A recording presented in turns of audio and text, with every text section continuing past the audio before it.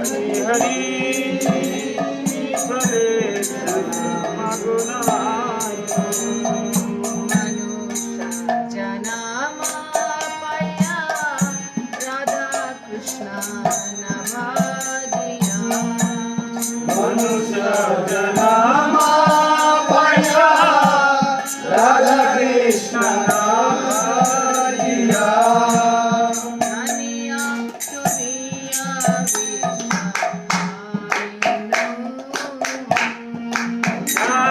दुनिया दुनिया विसराय गुरु जनिया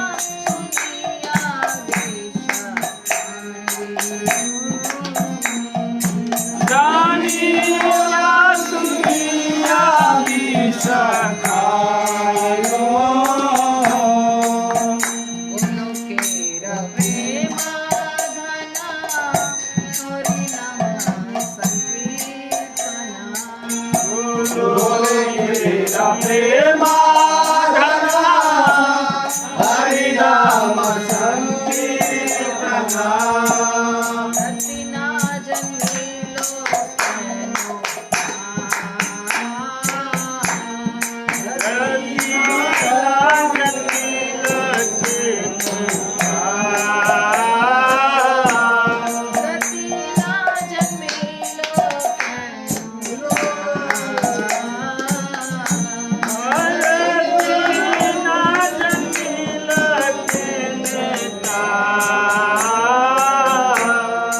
संसार विशानले दिवानिशी जिया ज्वले संसार विशाले जीवनी सिया ज्वले जुड़ाइते ना कोई जुड़ाइते ना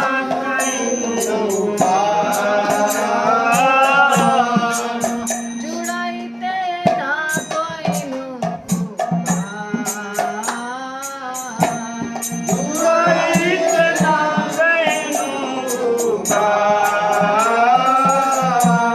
हरि हरि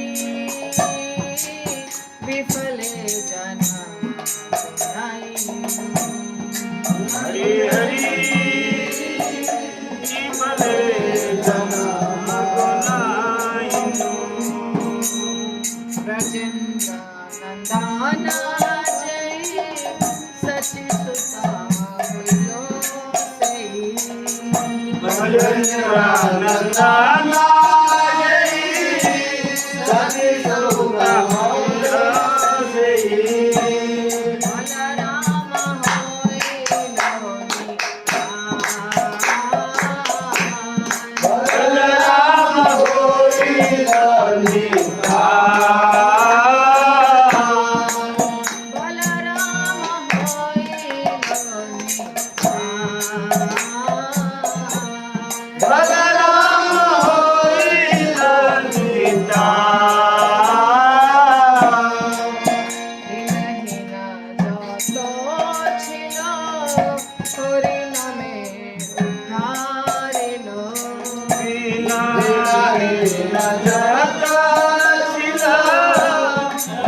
নামে উদ্ধারিল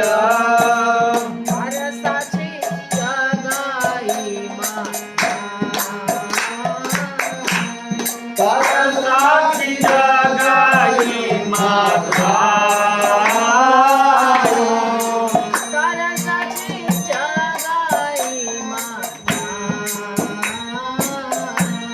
Arasati jagai mata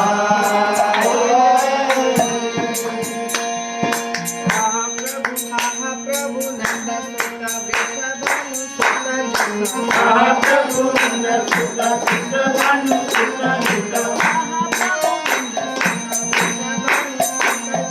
Mahaprabhu Nanda Sutta Vrishabhanu Sutta Sutta Karuna Karai Mara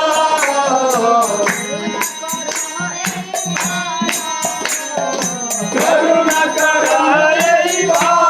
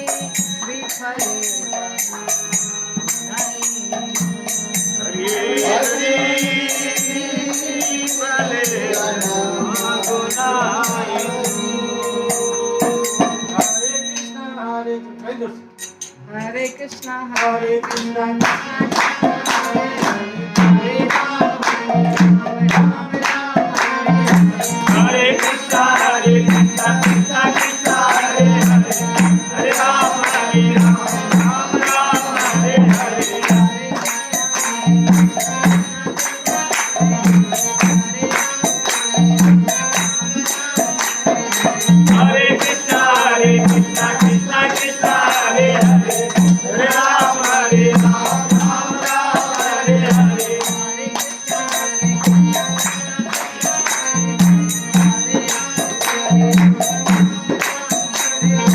Hare Krishna, Krishna Krishna, Hare Hare, Hare Ram, Ram Hare Hare.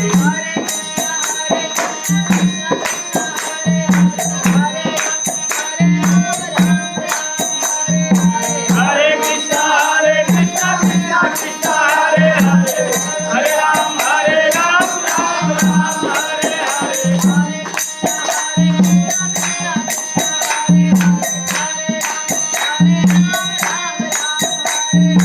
Hare Krishna, Krishna Krishna, Hare Hare, Hare Ram, Ram Hare Hare. Hare Krishna, Krishna Krishna, Hare Hare, Hare Ram, Ram Hare Hare.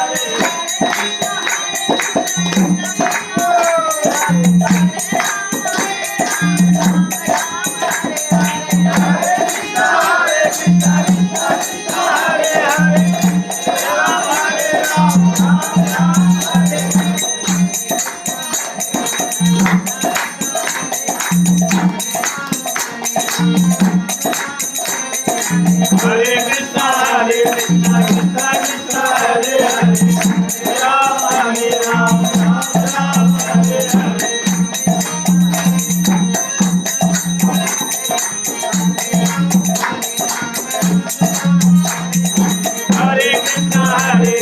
Krishna Krishna, Hare Hare, Hare Ram, Ram Hare Hare.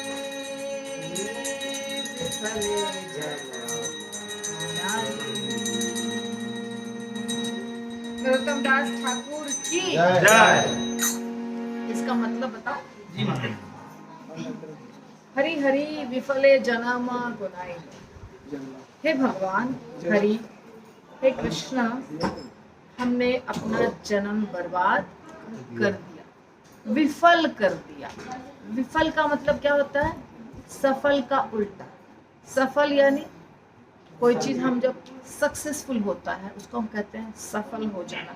जीवन सफल हो गया, सार्थक हो गया, काम सफल हो गया। और असफल मतलब नहीं हुआ, काम बर्बाद हो गया। वैसे ही विफल, तो विफल है जन्म गुनाई। हमारा जन्म जो है हमने क्या कर दिया? बर्बाद कर दिया। क्यों? मनुष्य जन्म पाइया, राधा कृष्ण ना भजिया। मनुष्य का शरीर प्राप्त हुआ लेकिन राधा कृष्ण का भजन नहीं किया। तो यदि राधा कृष्ण का भजन हम नहीं करते हैं तो मनुष्य जन्म पाने का कोई मतलब नहीं हुआ। बोलते हैं ना, आहार निद्रा भय मैथुनम च सामान्यमेतत् पशुभिः नराणां धर्मो हि तेषाम् अधिको विशेषो धर्मेण हिना पशुभिः समाना। चार चीजें मनुष्य और पशु में समान है: खाना पीना, सोना, भोग विलास करना, ठीक है, और रक्षा करना अपनी भय से। ये चार चीजें पशु में, पक्षी, पशु, पेड़ पौधे, मनुष्य, जानवर सब में समान है। लेकिन एक चीज विशेष है मनुष्य में, वो क्या है? धर्म, जिसका पालन पशु नहीं करते हैं। वो कौन करते हैं? सिर्फ मनुष्य कर सकते हैं। अगर मनुष्य चाहे तो कर सकते हैं, नहीं चाहे तो मनुष्य भी नहीं कर सकते हैं। आज मैं जब खड़ी थी, इंतजार कर रही थी वहां पे आने, बाइक से कोई लेने आता, तो मेरी नजर अचानक पड़ी पेड़ के ऊपर। सोचा कि थोड़ा प्रकृति को निहार लो, समय मिला है तो प्रकृति से भी हमें सीखने को बहुत कुछ मिलता है। अवधूत ब्राह्मण जो थे वो 26 गुरु बनाए थे। क्यों? जहां जाते थे जिसको देखते थे, वेश्या से भी सीखा, सबसे सीखते थे वो। तो अगर आप चाहें तो जीवन में हर समय हर क्षण आप कुछ सीख सकते हैं। तो मैं देख रही थी ऐसे खड़े खड़े, तो मैंने गिलहरी को देखा। एक गिलहरी, दो गिलहरी, तीन गिलहरी, चार गिलहरी, अनगिनत गिलहरियां एक के बाद एक आ रही थी और सब बड़े आराम से एक जगह से दूसरे जगह जाते समय कूद कूद के जा रही थी। और मुझे इतना आश्चर्य लगा कि यहाँ से लेके इतना दूर ऐसे जंप करके चढ़ गई। कोई मेहनत नहीं, एक बार, दो बार, चार बार ट्राई नहीं करना पड़ा, एक बार में जंप लगाया, कूद गया। और उसी स्टाइल से सारी सारी गिलहरियां कूद रही थी।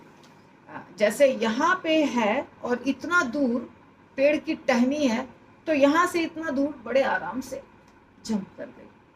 मनुष्य को अगर जंप करना हो उतना, तो कितना दिन तक जिम्नास्टिक करना पड़ता है, तब वो सीख पाता है। एक लड़की यूएसएसआर जो था, सोवियत रशिया, उसमें सब जिम्नास्टिक्स में सबसे ज़्यादा एक्सपर्ट पूरे दुनिया में हुआ करती थी उस समय। जब हम लोग छोटे थे ना, तो टीवी पर देखते थे ओलंपिक्स, एशियाड वगैरह, तो सबसे अच्छा रशियन लड़कियां करती थी।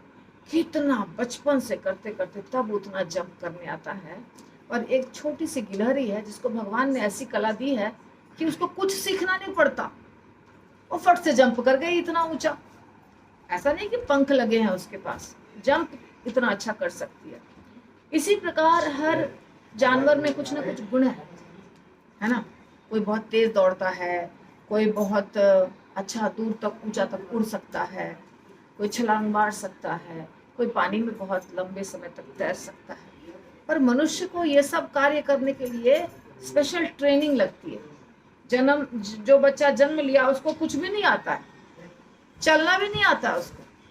10 महीने के बाद वो चलना सीखता है, 11-12 महीने में।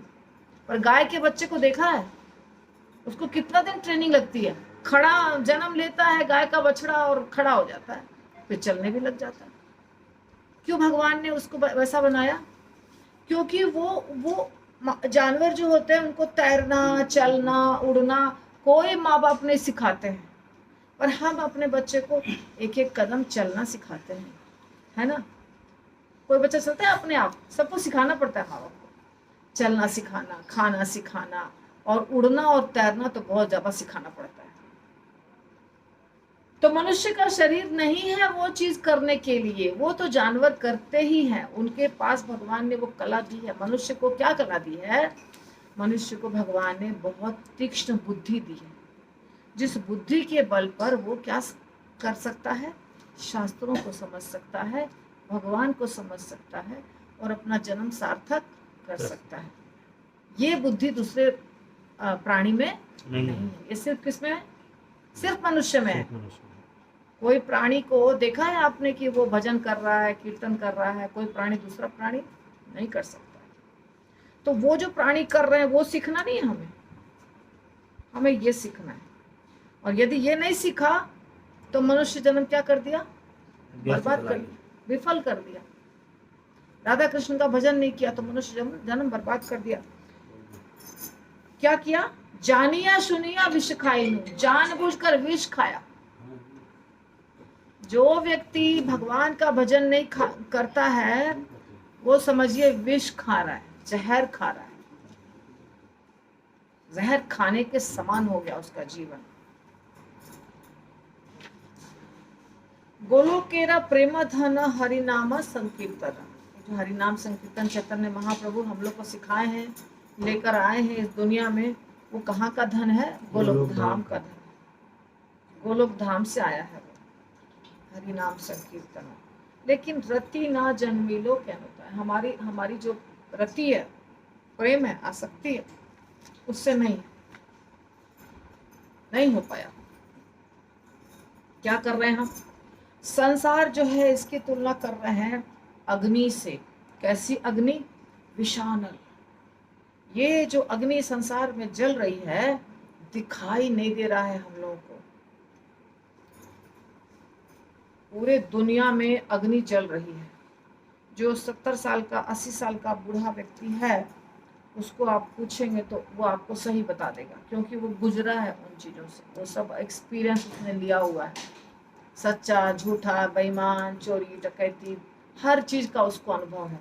जवान को अनुभव नहीं है। जवान अभी 15 साल से लेकर के 25 साल तक के लड़कों को, लड़कियों को पूछिए तो उसको लगेगा जो फिल्म में होता है वही सच है। क्या? हमको पति प्यार करेगा, हमको बॉयफ्रेंड प्यार करेगा, हमको गिफ्ट ला के देगा, यही सब उसको सच लगता है। ज़्यादातर बच्चों को, थोड़े ही बच्चे होंगे समझदार, ज़्यादातर बच्चे ऐसे ही होते हैं। क्योंकि उसकी दुनिया वैसी है, उसने अपने दुनिया को वैसा ही समझा है। इसका कारण हमारे पूर्वज जो हैं, हमारे माता पिता हैं, या फिल्म इंडस्ट्री है, या न्यूज़ इंडस्ट्री है, या ये गलत चीज़ सिखा के रखी है। श्रीमद् भागवतम बताता है ये जो शरीर है, उद्धव जी को बता रहे हैं कृष्ण, ये जो शरीर है मांस, हड्डी, कफ, वात, पित्त, खून, इसका थैला है। खाली ऊपर से चिकना दे दिया गया है, कवरिंग, बस अंदर में तो यही है। तो इससे क्या प्रेम करना, और कब तक आप इससे प्रेम कर पाएंगे? जब तक प्राण है। जब मरेगा, बता रहे हैं भागवतम में, कृष्ण भगवान उद्धव जी को बता रहे हैं, 11वें स्कंद में आप पढ़ सकते हैं कि मृत्यु होगी तो कोई पक्षी खाएगा, जला देगा तो राख बन जाएगा, नहीं तो कोई कीड़े खा जाएंगे, तो नाली के कीड़े में ये शरीर चला जाएगा हमारा। यही है इस शरीर का असली कीमत। इस शरीर से क्यों प्यार करना? ये तो भ्रम है। ये जो हम शरीर से प्यार कर रहे हैं, शरीर से अपनी पहचान बना रहे हैं, ये पूर्णतः भ्रम है। भगवान यहाँ तक कह दिए हैं उद्धव जी को कि ये सत्वगुण, रजोगुण, तमोगुण, ये सत्य थोड़ी है, ये कुछ भी सत्य नहीं है। ये तो अज्ञानता है। अज्ञानता से जैसे बाहर निकलोगे, सारे गुणों से बाहर निकल जाओगे तुरंत 1 मिनट के अंदर। ये सब अज्ञानता है, वास्तविकता इसमें कुछ नहीं है। पूरा माया पूरी तरह से अज्ञानता है। तो ये संसार जो है ये जल रहा है, विषानले, ये आग लगी हुई है। पूरे संसार में आग लगी हुई है। कहीं सुख नहीं है, कहीं ठंडक नहीं है, कहीं शांति नहीं है। ये जो हमने एक व्हाट्सएप पे पढ़ा, जो आजकल बहुत लोग बना बना के लिखते रहते हैं, उसमें बड़ा सुंदर था, छोटी सी बात थी पर बहुत सत्य है। उसमें क्या लिखा गया है, आईने में चेहरा और संसार में सुख दिखता है, होता नहीं है। क्या करता है? दिखता है, होता नहीं। जैसे आईने में हमारा चेहरा दिखता है, सत्य में हम वहां नहीं है। आईने में हम है क्या? नहीं है। पर कैसा लगता है देख करके? एकदम हम ही है। आईने को दिखता तो क्या लगता है? एकदम एग्जैक्टली मैं वहां हूं खड़ा। वैसे ही जैसे आईने में हम होते नहीं है पर लगता है, वैसे ही संसार में सुख होता नहीं है पर लगता है।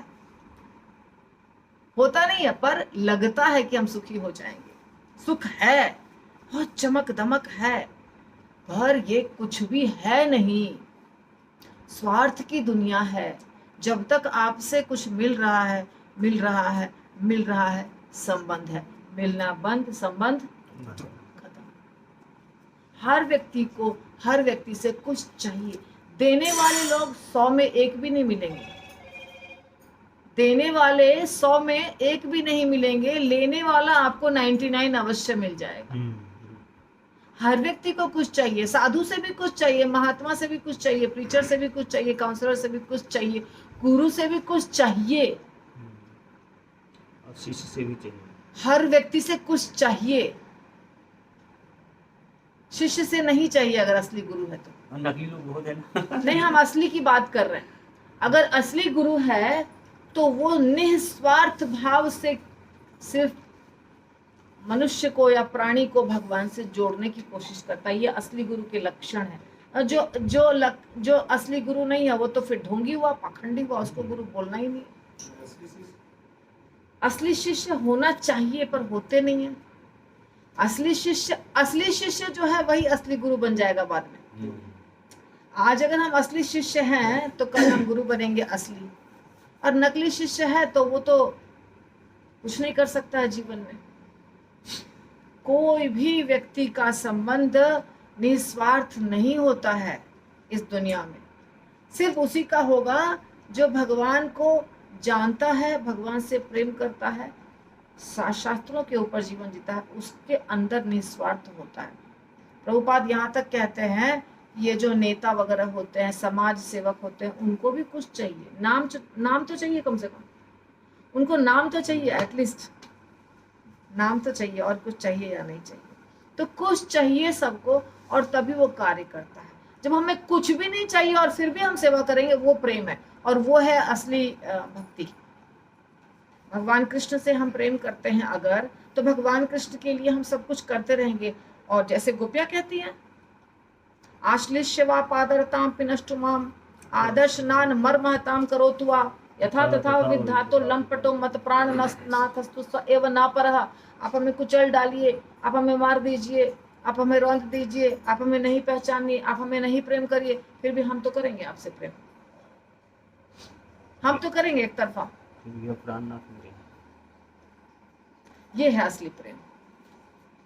तो इस दुनिया में सब कुछ अग्नि है, जल रहा है, कोई उपाय नहीं दिख रहा है। फिर कहते हैं जो ब्रजेंद्र नंदन है वही सची सुता है, यानी जो कृष्ण है वही चैतन्य महाप्रभु है। और बलराम जी कौन हो गए? नित्यानंद प्रभु हो गए। और जितने दीनहीन थे, गरीब थे, उन सबका उन्होंने उद्धार किया हरि नाम के द्वारा। और उसका उदाहरण है जगाई और मधाई। और प्रभुपाद ने तो कितने लोगों का उद्धार किया, देश विदेश हर तरह के पापी तापी जो तो छिलो हरि नामा उद्धारी लो, सबका उद्धार कर दिया प्रभुपाद ने। उनको कुछ भी पता नहीं था कृष्ण कौन है, उनको कुछ भी पता नहीं था नियम किसको कहते हैं, तो प्रभुपाद ने उद्धार किया। और फिर कहते हैं हा हा प्रभु नंद सुत वृषभानु सुत जूता। वृषभानु सुता यानी राधा रानी और नंद सुत यानी कृष्ण। हमारे ऊपर करुणा कीजिए, कृपा करिए। तो नरोत्तम दास ठाकुर कहते हैं नाठेली हो रागा पाए, आप अपने चरण कमलों से हमें दूर मत करिए, क्योंकि आपके बिना हमारा और कौन है? तुम्हा बिना के अच्छे हमारा। नाठेली हो रांगा पाए। रांगा मतलब क्या? रांगा मतलब रंगा हुआ। भगवान के चरण कमल पे आलता लगा रहता है, मेहंदी लगा रहता है, तो भगवान के चरण कमल को क्या कहा जाता है? रांगा पाए, रंगा हुआ चरण कमल। हा हा प्रभु नंद सुत वृषभानु सुत जूता, करुणा करो हो ए बार। नरोत्तम दास कहे नाठेली हो रांगा पाए, तोमा बिना के अच्छे हमारा। कौन है आपके बिना?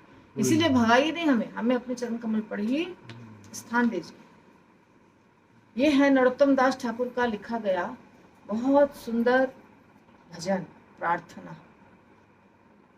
तो मैं आप लोग को हमेशा कहती हूँ कि आचार्यों के गीत गाइए। आचार्यों के गीत में सब कुछ है, आचार्यों के गीत में फिलॉसफी है, भजन है, प्रेम है, प्रार्थना है। भगवान इससे प्रसन्न होते हैं। तो ये हो गया हमारा गीत आज का। और मैंने नहीं बुलाया है, इस सबको किसने बुलाया है? बलिनाथ प्रभु। बलिनाथ प्रभु ने आप लोगों को बुलाया है, पर आप लोग बहुत कम मात्रा में, बहुत कम संख्या में आए। जितने को आना चाहिए उतने नहीं आए हैं, बहुत लोग एब्सेंट। और माता जी लोगों को भी आना चाहिए, ऐसा नहीं कि सिर्फ प्रभु जी लोगों को आना चाहिए।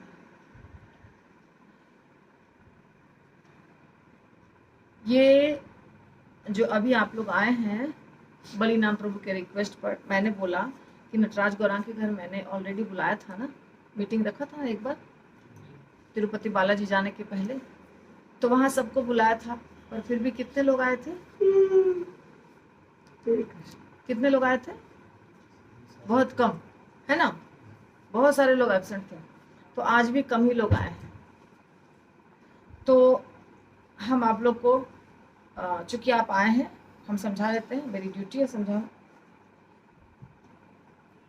आप सब लोग यहाँ आए हैं भगवान का भजन करने, भक्ति करने, ठीक?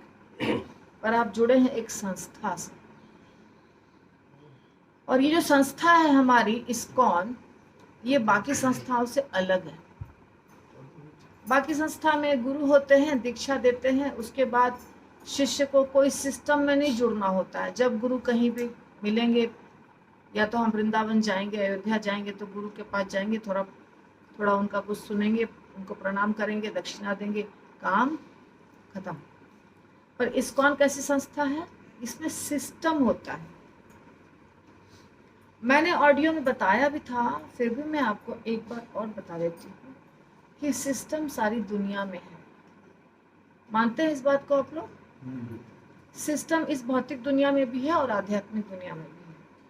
सिस्टम के बिना कोई भी व्यक्ति कभी भी भगवान के पास नहीं पहुंच सकता है।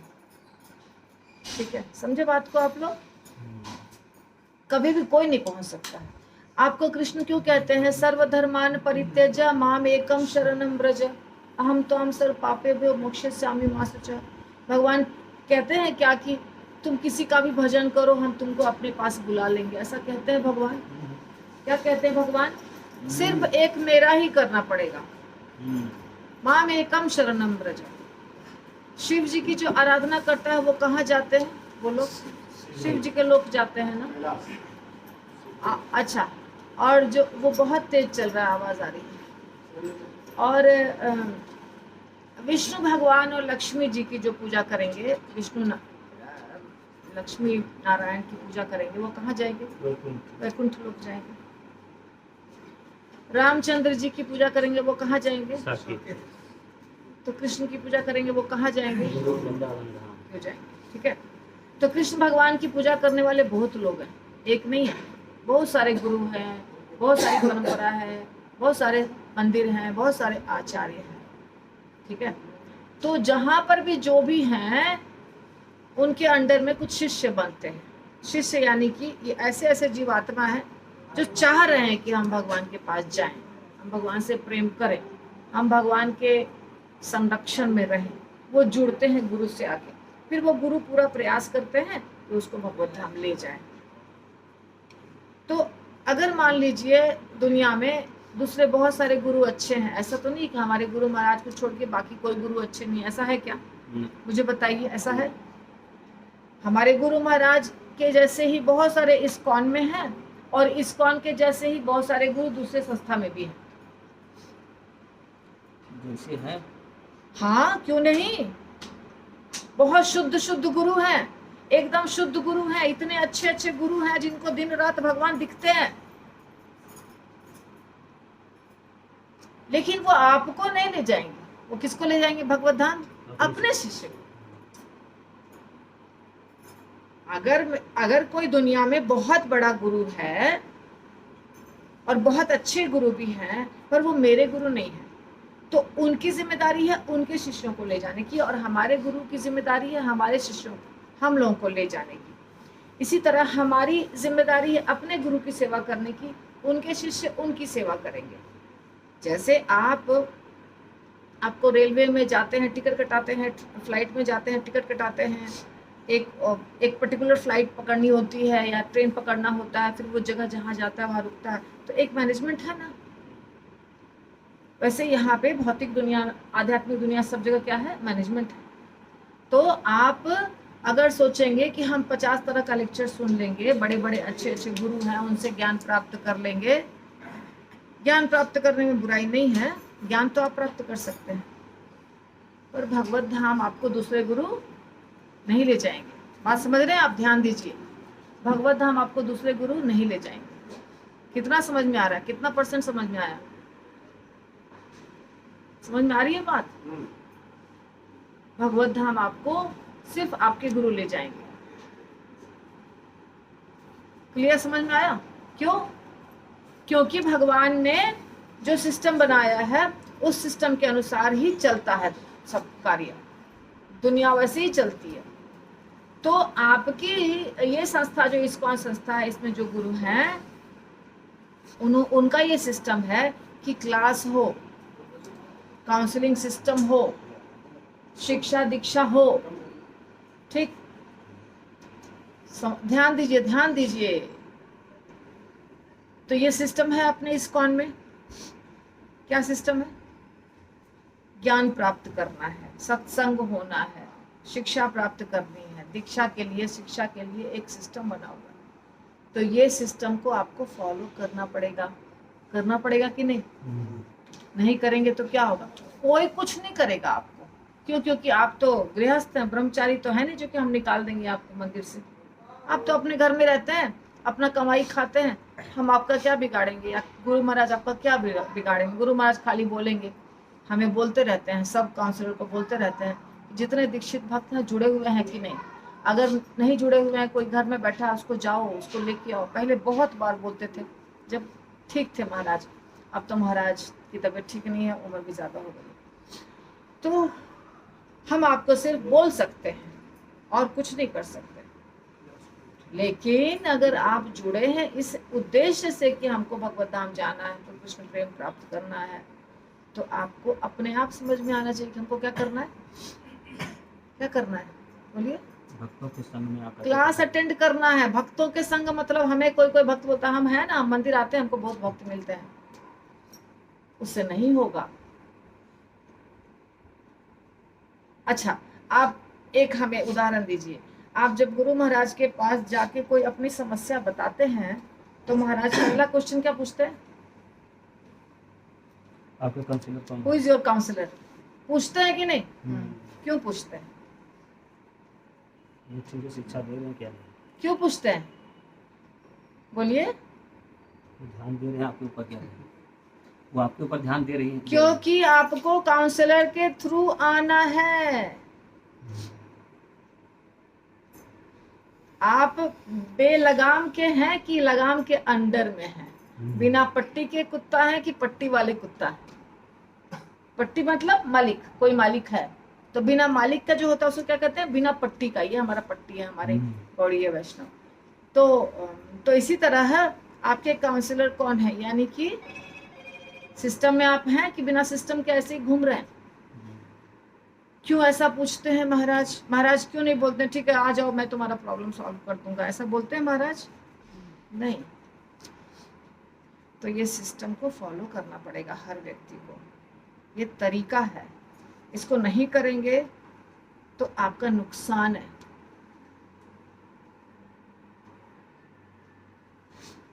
आप बताइए, आप लोग, आपका क्या इरादा है? क्या इच्छा है आपकी? क्या क्वेश्चन है आपके इसके पीछे? क्यों नहीं आते हैं क्लास में? हमें तो आपको बताना पड़ेगा। ये जो मीटिंग रखा है इसी के लिए तो रखा है।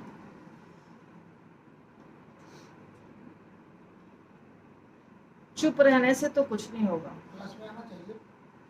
चुप रहने से तो सोल्यूशन नहीं निकलेगा। एक फेविकोल तो जानते हैं आप? फेविकोल गोंद को पहचानते हैं? गोंद, गोंद। ये बुक है और यहाँ मैंने गोंद लगा दिया, ठीक है? ध्यान दीजिए, ध्यान दीजिए चक्रधर प्रभु, ध्यान दीजिए। यहाँ पे मैंने गोंद लगा दिया खूब अच्छे से और यहाँ रख दिया। उसका खींचेंगे जब इसको तो क्या करेगा? गोंद इसको आने देगा बाहर? नहीं देगा ना। बहुत ताकत से खींचेंगे तो भी गोंद बाहर नहीं आने देगा, क्योंकि वो चिपक गया है, तार तार रहेगा। ये है हमारे, ये हम हैं, और ये गोंद क्या है? आपके सारे रिश्तेदार, आपका धन, आपका पैसा। भगवान राम को वनवास हुआ। सुनिए, भगवान राम को क्या हुआ? वनवास होने वाला था।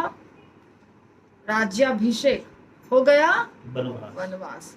सेम रात, सुबह राज्याभिषेक होने वाला, रात को वनवास का ऑर्डर मिल गया।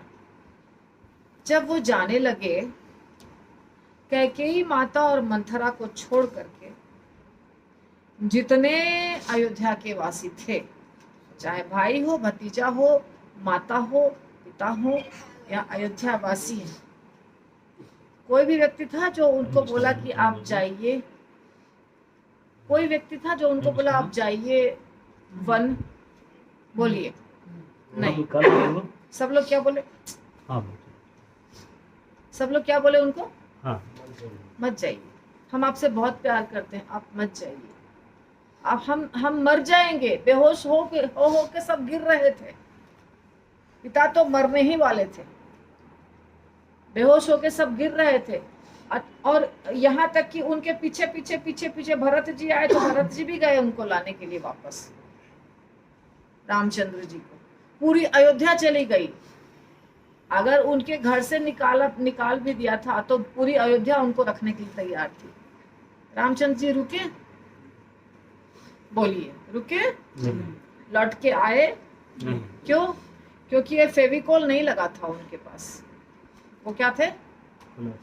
अनासक्त। वो क्या थे? अनासक्त। अनासक्त, इस दुनिया से पूरी तरह से अनासक्त। भगवान का एक गुण है अनासक्ति। भगवान कृष्ण के 6 गुण होते हैं, उसमें एक गुण क्या है? अनासक्त है। दुनिया से अटैच्ड बिल्कुल भी।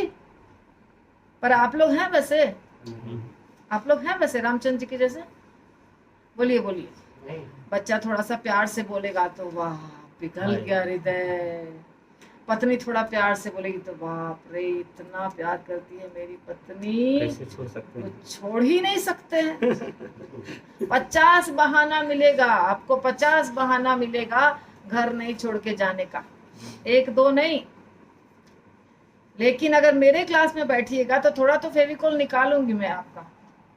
निकालूंगी कि नहीं? निकलता है कि नहीं मेरे क्लास से? तो क्लास आप अटेंड ही नहीं करिएगा। आपको तो फेविकोल में चिपके रहना बहुत अच्छा लग रहा है। यही तो दुनिया है, यही तो मजा है। अरे ये जब आप 70 के हो जाएंगे ना, 60-70 के, तो लगेगा कि माता जी सही बोल रही थी।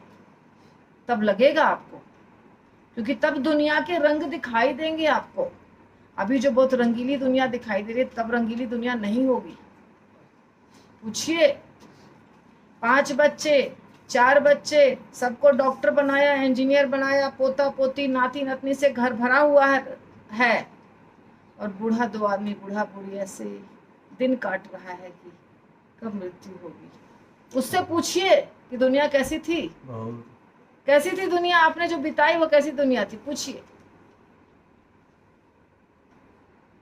जब तक आपके शरीर में ताकत है और बैंक में बैलेंस है, सिर्फ तभी तक दुनिया रंगीन है। उसके बाद दुनिया रंगीन बिल्कुल नहीं है। इसलिए उस माया में मत फंसिए। क्या करिए? आपको यही टेंशन हो रहा है मेरा काम क्या होगा, बच्चों को पढ़ाना है, करियर बनाना है, साइट पे हमको और ज्यादा काम लेना है, हमारा नुकसान हो जाएगा। यही सब इसी के चलते क्लास में नहीं आते हैं ना। बोलिए बोलिए, इसी के चलते क्लास में नहीं आते हैं ना। एक बात आपको बताऊं, आपको उतना ही मिलेगा जितना मिलने वाला है, और आपके बच्चे के भाग्य में जो होने वाला है वही होगा।